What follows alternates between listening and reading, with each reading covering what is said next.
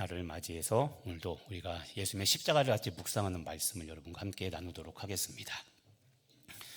성경에서는 하나님과 우리 또는 예수님과 우리, 하나님이나 예수님 그리고 나와의 관계를 비유로 이야기할 때 비유로 사용되는 짐승이 있습니다. 양입니다. 양. 양 하면 여러분들은 어떤 이미지를 갖고 있습니까? 그렇죠. 순하고 좋은 거죠. 양 그러면 우리는 다 굉장히 좋은 이미지를 갖고 있습니다. 양이 4마리가 있습니다. 각각 다 이름이 있습니다. 맨 첫 번째 왼쪽에 양 이름이 뭔지 아십니까? 강릉 최씨 최양입니다. 두 번째 양은 뭔지 아십니까? 강릉 김씨 김양입니다. 세 번째는 강릉 박씨 박양입니다. 네 번째 양은 뭘까요? 네 번째 양 보면 잘 뭔가 보이십니까? 그렇죠. 양의 탈을 쓰고 있죠. 네 번째 양 이름은 불량입니다. 자, 성경에 보면 여러분 지금도 있지만 하나님과 우리 나와의 관계를 성경은 양으로 비유한 말씀들이 구약 신약 자주 있습니다.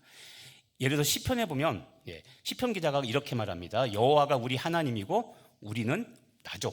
그의 기르시는 양이로다. 그렇죠. 하나님은 주로 목자, 그리고 우리는 양이라고 이야기합니다.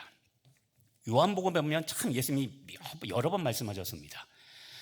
특히 이제 요한복음에서 세례 요한도 예수님을 이야기할 때 보라 세상 죄를 지고 가는 하나님의 어린 양이다. 그렇죠. 하나님을 양으로, 우리가 양이라고 할 때도 있는데 예수님을 어린 양이라고. 근데 세상 죄를 지고 가는 어린 양이라고 이렇게 이야기를 했죠. 그리고 예수님이 직접 하신 말씀도 있습니다. 요한복음 10장 14절에 보면 예수님이 나는 선한 목자다라고 이야기하며 우리들은 양이라고. 그래서 내 양은 목자의 음성을 듣는다고 이야기를 했죠. 자, 지금 말씀인 것처럼 여러분 양, 성경은 우리를 주로 양이라고 이야기합니다. 그래서 좀 전에 여쭤봤죠. 양에 대한 이미지 어떻습니까? 나쁜 거는 없죠. 그렇죠? 보통 순하고 착하고 또 힘이 없는, 그래서 잡혀 먹히는 주로 존재, 그렇죠? 그런 존재로 우리는 양을 그렇게 생각을 합니다. 그래서 어떤 대상을 양에 비유하면 우리는 그 대상이 선하고 착한 긍정적인 이미지로 주로 생각이 됩니다. 오늘 말씀에도 보면 구약에 예수님을 예표하는 말씀이죠. 우리는 다 양 같아서 그릇 행하여 각기 제 길로 갔거늘. 그 뒤에 나오는 말씀과 함께 이 이사야 53장 말씀은 고난받는 종, 고난받는 메시아에 관한 예표, 하나님의 예언의 말씀입니다. 근데 여기서도 우리를 뭐라고 했냐면 우리가 다 양 같다고 그러죠. 여기서도 보면 우리를 하나님께서는 양으로 비유하시면서 양의 이미지를 우리에게 하나님께서는 입히셨습니다. 근데 자세히 보면 여러분 우리가 다 양 같다고 했는데 조금 전에 양 그러면 여러분은 어떤 이미지였습니까? 순하고 착하고 좋은 이미지였잖아요. 그런데 여기서 보십시오. 우리는 다 양 같아서 두 가지 죄를 저지릅니다. 첫 번째는 그릇 행하여. 그릇 행했다. 원어 성경에 보면 이런 뜻입니다. 길을 잃었다는 뜻입니다. 그러니까 뭐 행동적인 것보다도 우리는 길을 잘 잃는다는 겁니다. 그래서 그 결과 각기 제 길로 갔다. 각자 제 길로 갔다라는 것은 불순종을 말하는 겁니다. 그러니까 우리는 길을 잃고 하나님이 가라고 간 길로 안 가고 내가 가고 싶은 길로 가는 그런 불순종한 존재인데 그게 무엇과 같냐면 양과 같다고 이야기합니다. 자, 다시 말하자면 여러분 우리는 양을 보통 온순하고 그 다음에 사람 말을 잘 듣고 힘이 없는 약한 짐승으로 여기는데 왜 그러냐면 우리는 TV나 이런 곳에서 항상 양은 풀밭에서 가만히 그냥 풀을 뜯고 한가로이 그냥 지내는 이런 모습만 봐왔기 때문에 좋은 모습만 봐왔기 때문에 갖게 된 선입견입니다. 양과 비슷한 동물 중에 고집센 대표적인 동물 하나가 있죠. 뭐가 있습니까? 염소 있죠. 근데 여러분 양도 고집이 보통이 아니라고 그럽니다. 우리나라는 양을 기릅니까? 주로 염소를 기릅니까? 그렇죠? 염소를 기르기 때문에 우리가 양을 잘 몰라서 그런 겁니다. 양을 많이 기르는 중동지방, 이 중동지방 사람들은 양에 대해서 갖고 있는 이미지가 우리와는 전혀 다릅니다. 아까 말했던 순하고 착하고 힘없는 연약한 동물이 아니라 중동 사람들이 알고 있는 양은 이미지가 이렇습니다. 힘이 세다고 그럽니다. 그리고 고집스럽다고 이야기합니다. 양이 여러분 앞발을 쭉 뻗고 버티기 시작하면 아무리 힘센 사람이 당겨도 양을 끌고 가는 것은 불가능하다고 합니다. 우린 양이 별로 크지 안 큰 것처럼 생각하고 충분히 순하니까 내가 컨트롤할 수 있다고 생각하는데, 지금도 있지만 앞발을 쭉 뻗고 버티기 시작하면 어느 누구도 강호동도 못 끌고 간다고 그럽니다. 그만큼 양이 보기보다는 힘이 세고 고집이 세다고 그럽니다. 그래서 우리나라는 염소고집이라고 말하는데 저 사람들은 키우는 사람들은 양고집이라고 이야기한답니다. 또 양은 시력이 나쁘다고 그럽니다. 그래서 주로 뭉쳐 살죠. 뭉쳐서 다닙니다. 그 이유는 시력이 좋지 않기 때문에 그저 뭉쳐서 가는 대로, 멀리 보고 가는 게 아니라 그냥 무리가 움직이는 대로 이렇게 따라가는, 시력이 매우 안 좋은 동물이 양이라고 그럽니다. 그래서 또 하나, 길을 잘 잃어버린다고 그럽니다. 양들이 떼죽음을 당하는 경우가 가끔씩 있는데 그게 어떤 경우냐면, 맨 앞에 가는 양이 시력이 나쁘다고 그랬죠. 절벽인 줄 모르고 사지로 가기 시작하면 뒤따르는 양들이 다 앞에선 양을 따라 가다가 다 절벽에서 떨어져 죽는다고 그럽니다. 그 정도로 시력이 나쁘다고 합니다. 이것처럼 중동 사람들이 생각하는 양은 힘세고 고집스럽고 시력이 나쁘고 길을 잘 잃어버려서 중동 지방의 욕 중에 하나가 무엇이냐면 양 같은 놈이라고 합니다. 우린 잘 이해가 안 되죠. 우리나라는 양이 아니라 그렇죠, 멍멍이가 들어가죠. 나쁜 욕에. 근데 그쪽에서는 개가 아니라 양 같은 놈이 아주 나쁜, 사람을 비하하는 욕이라고 그럽니다. 그러니까 이런 양의 특징을 종합해 보면 양은 여러분 혼자서 살아갈 수 없는 동물이고 누군가의 도움, 그래도 목자라든가, 그래서 양을 돌보는 경비견들이 있죠. 그러니까 누군가 컨트롤 해줘야만 되는 겁니다. 누군가의 돌봄이 있어야만 살아갈 수 있는 존재가 양이라고 그럽니다. 이렇게 양처럼 고집세고 길을 잘 잃고, 이 말은 다른 말로 하면 우리는 불순종하고 타락하기 쉬워서 나 혼자로서는 살아가기 힘든 연약한 우리들을 위해서, 그래서 하나님께서 오늘 말씀해 보면 우리 모두의 죄악을 예수님께 담당했다고 말씀하고 있는 겁니다. 오늘 말씀 후반절 보면 여호와께서는 우리 모두의 죄악을 그에게, 누굽니까? 예수님이죠. 메시아 예수님께 담당시키셨도다. 우리는 다 양 같아서 첫 번째 뭐였습니까? 곧 그릇 행하고, 두 번째 제갈 길로 갔죠. 이 두 가지 죄 때문에 하나님은 우리 모두의 죄악을 예수님께 대신 짊어지게 담당하게 하셨던 겁니다. 이게 바로 십자가죠. 오늘 여러분에게 우리가 같이 한번 생각해 볼 게 있습니다. 이 생각해 볼 것은 무엇이냐면 우리가 반드시 던져야 될 질문이 있습니다. 십자가 앞에서. 지금처럼 우리는 양 같아서 그릇 행했고 제 갈 길로 가는 불순종을 행했습니다. 우리가 범죄했죠. 기분 나쁘지만 성경은 우리 모두가 다 죄인이라고 말합니다. 근데 여러분, 첫 번째 질문하겠습니다. 우리가 범죄한 것은 누구 책임입니까? 하나님 책임입니까? 하나님이 돌보지 않아서 우리가 범죄했을까요? 하나님 책임입니까? 아니면 내 책임입니까? 그렇죠? 100% 내 책임입니다. 범죄와 불순종은 100% 내 책임입니다. 우리는 모르고 짓는 죄도 있지만 사실 우리 모르고만 죄 짓는 거 아니죠. 알고도 죄 짓잖아요. 그렇죠? 부인할 수 없는 사실이죠. 가장 쉬운 게 이런 거잖아요. 항상 기뻐하라, 쉬지 말고 기도하라, 범사에 감사하라. 이 세 가지 안 걸린 분이 있습니까 혹시? 오늘도 조금 전까지 똥 씹은 표정이었는데 교회 와서 얼굴 피신 분 계십니까? 지금 사기극 벌이고 계신 분들.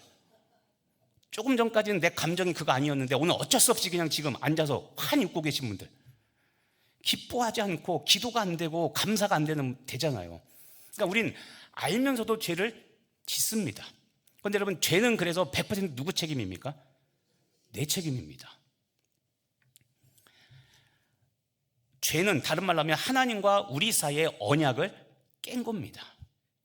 구약시대 때 하나님은 우리에게 율법을 주면서 너희가 이 율법을 지키면 하나님께서 복을 주겠다, 내가 너를 지켜주겠다고 분명히 약속하셨습니다. 그런데 우리가 율법을 지킵니까? 안 지킵니까? 안 지키잖아요. 안 지키는 종류도 여러 가지인데 특히 우리는 내가 좋아하고 내가 지킬 수 있는 것만 지키면서 나는 율법을 잘 지킨다고 스스로 합리화하면서 사는 죄를 저지르죠. 그래서 흔히 말하는 원수를 사랑하는 것은 묵상도 안 하고 생각도 안 해보죠.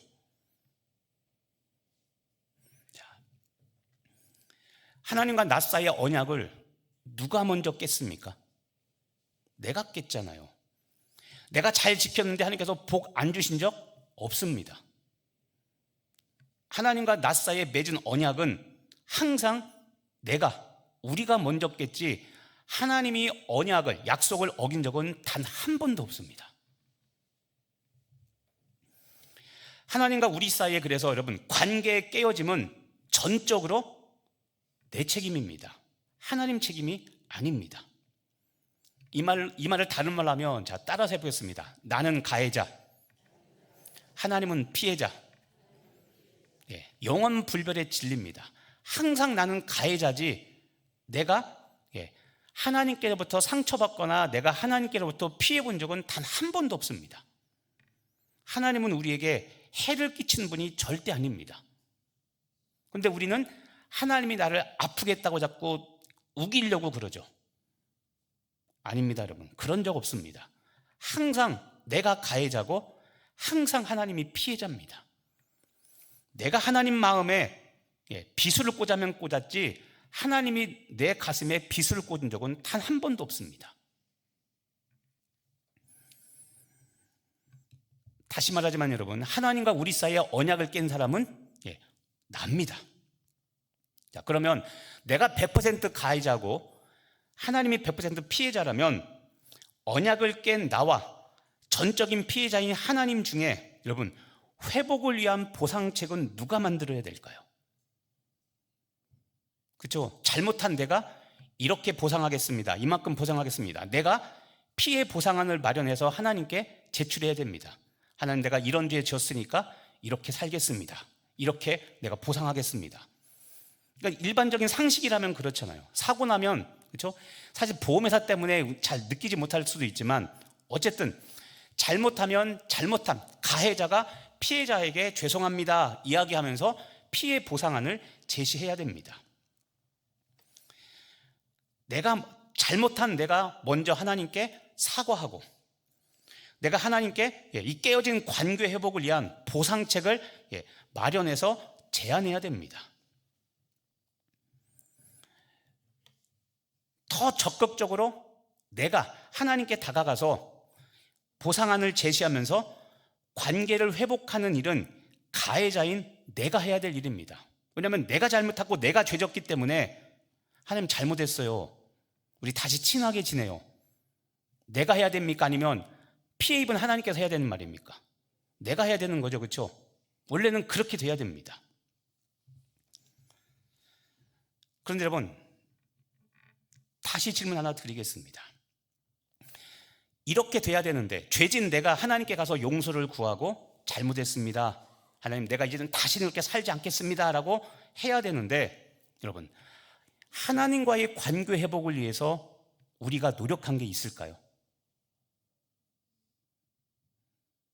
첫 번째 죄악을 저질렀던 창세기 3장 에덴 동산으로 가보십시오. 죄를 지은 다음에 아담과 하와가 했던 일이 무엇입니까? 하나님께 가서 잘못했다고 먼저 죄를 고백하고, 오늘 아침에 이야기했죠. 죄를 고백하는 거, 그렇죠? 죄를 고백했습니까? 아니면 죄 고백하지 않고 다 숨었습니까? 숨었죠. 죄는 분명히 우리가 졌는데 보상안을 마련해서, 그렇죠? 관계 회복안을 만들어서 간 게 아니라 우리는 나 몰라라 하고 다 숨어버립니다. 그리고 누가 찾습니까? 네. 죄인인 우리를 찾은 게 하나님이죠. 내가 하나님께, 죄인인 우리가 하나님께 나아간 게 아니라 의로우신 하나님이 죄인인 우리를 위해 찾아오셔서 아담아 내가 어디 있느냐라고 우리 죄인을 찾으셨습니다. 자, 우리가 관계 회복을 위해서 노력한 거 있습니까? 없습니까? 없죠. 해야 되는데 없습니다. 안 했죠. 우리가 여러분 죄를 지었을 때 먼저 회개하고 돌이켜 하나님께로 돌아갔습니까? 아니죠. 지금도 있지만 원죄가 보여주는 게 그겁니다. 에이 난 아니야. 그게 아니라 똑같은 겁니다, 여러분. 죄는 아담과 하와가 졌는데 돌이키고, 스스로 알아서 돌이키고, 깨달아, 분명히 알죠. 아는데 돌아가지 않고 숨어버립니다. 여호와께 돌아가지 않습니다. 이게 우리의 모습이죠. 또 한 번 여러분 생각해 보십시오. 분명히 죄는 우리가 졌는데 여러분, 우리가 하나님께 예수님을 화목제물로 삼아 주셔서 우리 죄를 속해달라고 우리가 먼저 하나님께 요청을 했습니까? 예수님의 십자가 사건이 우리의, 죄인인 우리의 요청으로 이루어진 겁니까? 하나님이 그냥 스스로 하신 겁니까? 그렇죠? 우리가 한 게 아니라 하나님이 스스로 관계 회복을 위하여 마련해 놓으시고 계획을 하시고, 구약 때 계획을 하시고 신약 때 그것을 실행하셨죠. 우리가 죄를 사해 달라고 하나님께 요청하거나 간구한 적이 없습니다. 엄격히 말하면 우리는 죄를 대속할 메시아의 필요성도 못 느꼈고, 그러니까 메시아를 보내달라고 하나님께 부탁하지도 않았습니다. 죄인인 우리는 그냥 그렇게 죄인으로 사는 것을 좋아했고 편하게 생각했지 하나님과의 관계 회복을 시도해 본 적이 없다는 겁니다. 오히려 우리는 우리 죄를 다 사해 주려고, 용서해 주려고 하나님이 보내신 이 예수님을 싫어했죠. 심지어 그 예수님을 죽여서 다시 하나님께 돌려보냈습니다. 인류 역사를 보면 죄인은 우리이고, 아까 얘기했죠. 100% 가해자입니다, 우리는. 근데 이 문제 속에 우리는 하나님께 메시아를 보내달라고, 해결해달라고 요청하지도 않고 죄 문제를 해결하는 노력도 보이지 않았습니다. 이게 우리들의 모습인 겁니다. 우리를 위한 여러분 구원 계획은 우리가 하나님께 용서를 빌고, 우리가 하나님께 속죄하고 간절히 구원해 달라고 요청해서, 그래서 하나님의 구원 계획이 시작된 것이 아니었습니다. 우리 죄를 대속하는 이 구원하는 일에 오히려 하나님이 주도적으로 개입하셨고 죄악을 예수님께 담당시키셨습니다. 그게 십자가입니다. 그렇다면 여러분, 왜 하나님께서는 우리 죄를 대속하는 일에 주도적으로 개입하셨을까요? 또 다른 말로 하면 하나님께서는 왜 우리를 대속하는 일에 이렇게 적극적으로 나서셔서 우리의 죄악을 속하려고 그렇게 하셨을까요? 대답은 간단합니다. 다 아는 겁니다. 하나님께서 우리를 사랑하시기 때문에 그런 겁니다. 어려운 게 아니죠.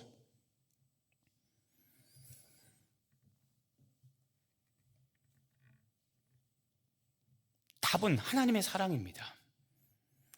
대단한 이야기가 아니라 다 알고 있는 이야기지만 우리가 고난주간에 다시 한번 하나님의 사랑을 깊이 묵상해야 됩니다. 왜냐하면 그게 십자가이기 때문에 그렇습니다. 하나님은 우리를 죽기까지 사랑하셨습니다. 자신이자 자신의 하나밖에 없는 독생자 예수의 목숨을 주면서까지, 죽으면서까지 나를 사랑하신 겁니다. 그게 십자가입니다.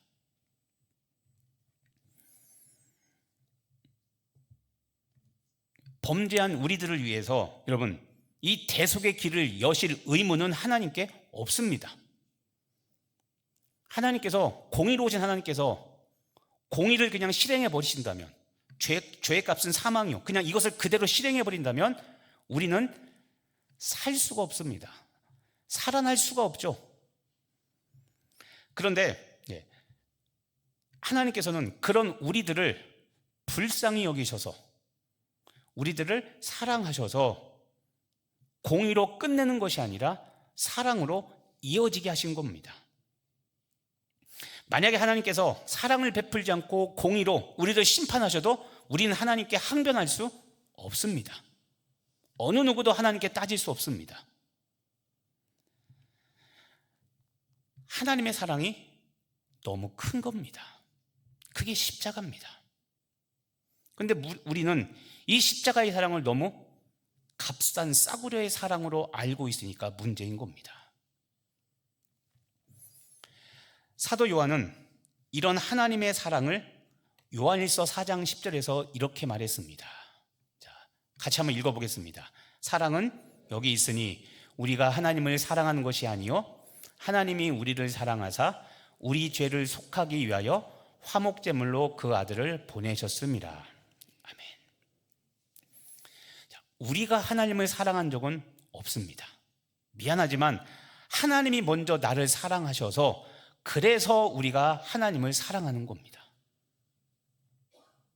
그래서 하나님이 우리를 사랑하셔서 우리 죄를 대속, 용서하고 깨끗하게 하기 위해서 화목제물로 그 아들 예수 그리스도를 우리에게 보내신 겁니다. 성경은 우리가 하나님을 사랑한 적이 없다고 이야기하고 항상 하나님이 나를 사랑하신다고, 우리를 사랑하신다고 이야기합니다. 날 사랑하심, 날 사랑하심, 날 사랑하심. 어디에 써 있습니까? 그렇죠. 성경에 그렇게 이야기하고 있는 겁니다. 오늘 말씀을 다시 한번 보시길 바랍니다. 후반절 보시면 여호와께서는 우리 모두의 죄악을 그에게 담당시키셨도다. 여러분, 오늘 아까 드리는 질문이 그겁니다. 우리가 하나님과의 관계 회복을 위해서 했던 일이 무엇인가? 없습니다. 하나님이 항상 먼저 우리에게 손을 내미셨습니다. 아까 얘기했죠. 메시아 보내달라고 우리가 요청한 적 없습니다. 하나님이 그렇게 계획하시고 실행하셨습니다. 그리고 약속대로 보내주셨는데 우리는 그 사랑마저 아까 얘기했죠.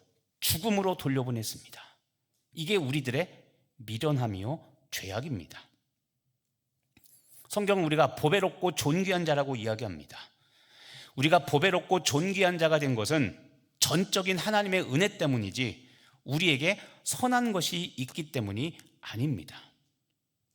오늘 고난주간 셋째 날 십자가를 다시 생각해 보십시오. 거창한 은혜로운 말이 아니라 단순한 십자가의 은혜를 그냥 다시 한번 생각해 보시길 바랍니다. 지금 어디로 가고 계십니까? 어떻게 살고 계십니까? 하나님은 이사야에서 지렁이 같은 나를 살리려고 자기 자신을 내어주며 물과 피를 아낌없이 십자가에 흘려 그 예수님의 피값으로 우리를 사셨는데 우린 여전히 싸우고 분열되어 있고 일치되지 못하고 내 눈에 대들보는 보지 못하고 남의 눈에 티를 보고 죽자 살자 하고 남의 실수는 용납하지 못하고 은혜는 기억 못하고 원수는 기억하고 꼭 갚아주려고 하고 있는 거 아닙니까? 십자가 일은 값비싼 은혜입니다. 예수님의 십자가는 가장 비싼 대가를 치른 하나님의 사랑입니다. 우린 그것을 잊어버릴 때가 너무나 많죠. 우리가 어떤 존재인가? 여러분, 사도 바울이 말합니다. 로마서 7장에 보면 내가 원하는 바 선은 행하지 아니하고 도리어 원하지 않는 악을 행한다고 그랬죠. 그게 우리들의 타락한 모습입니다. 하나님은 내 속에 선한 것이 없다는 것을 아심에도 불구하고 여전히 지금도 사랑의 손길을 내미시고 내가 돌아오기를 기다리고 계십니다. 십자가는 제가 항상 강조하지만 자기 부인과 십자가입니다. 자기를 부인하고 자기 십자가를 지는 겁니다. 자기 부인이 이루어지지 않으면 여러분 십자가는 이루어질 수 없습니다. 오늘도 고난주간 세 번째 날 다시 한번 십자가를 바라보시며 구원받아 거듭난 생명을 가지고 사는 날 동안 여러분 예수님의 십자가 은혜에 감사하는 여러분 되길 바랍니다. 오직 십자가만 자랑하시는 여러분 되길 간절히 바랍니다. 오직 예수님 사랑 의지하여 예수님 닮아가는 예수의 사람 되시기를 간절히 바랍니다. 우리 찬송하고 기도하겠습니다. 아까 우리 불렀던 찬송 아버지 사랑 내가 노래에 우리 찬송하겠습니다.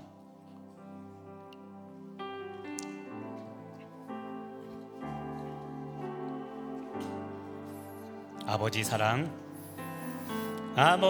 사랑 내가 노래해 아버지 은혜 내가 노래해 그 사랑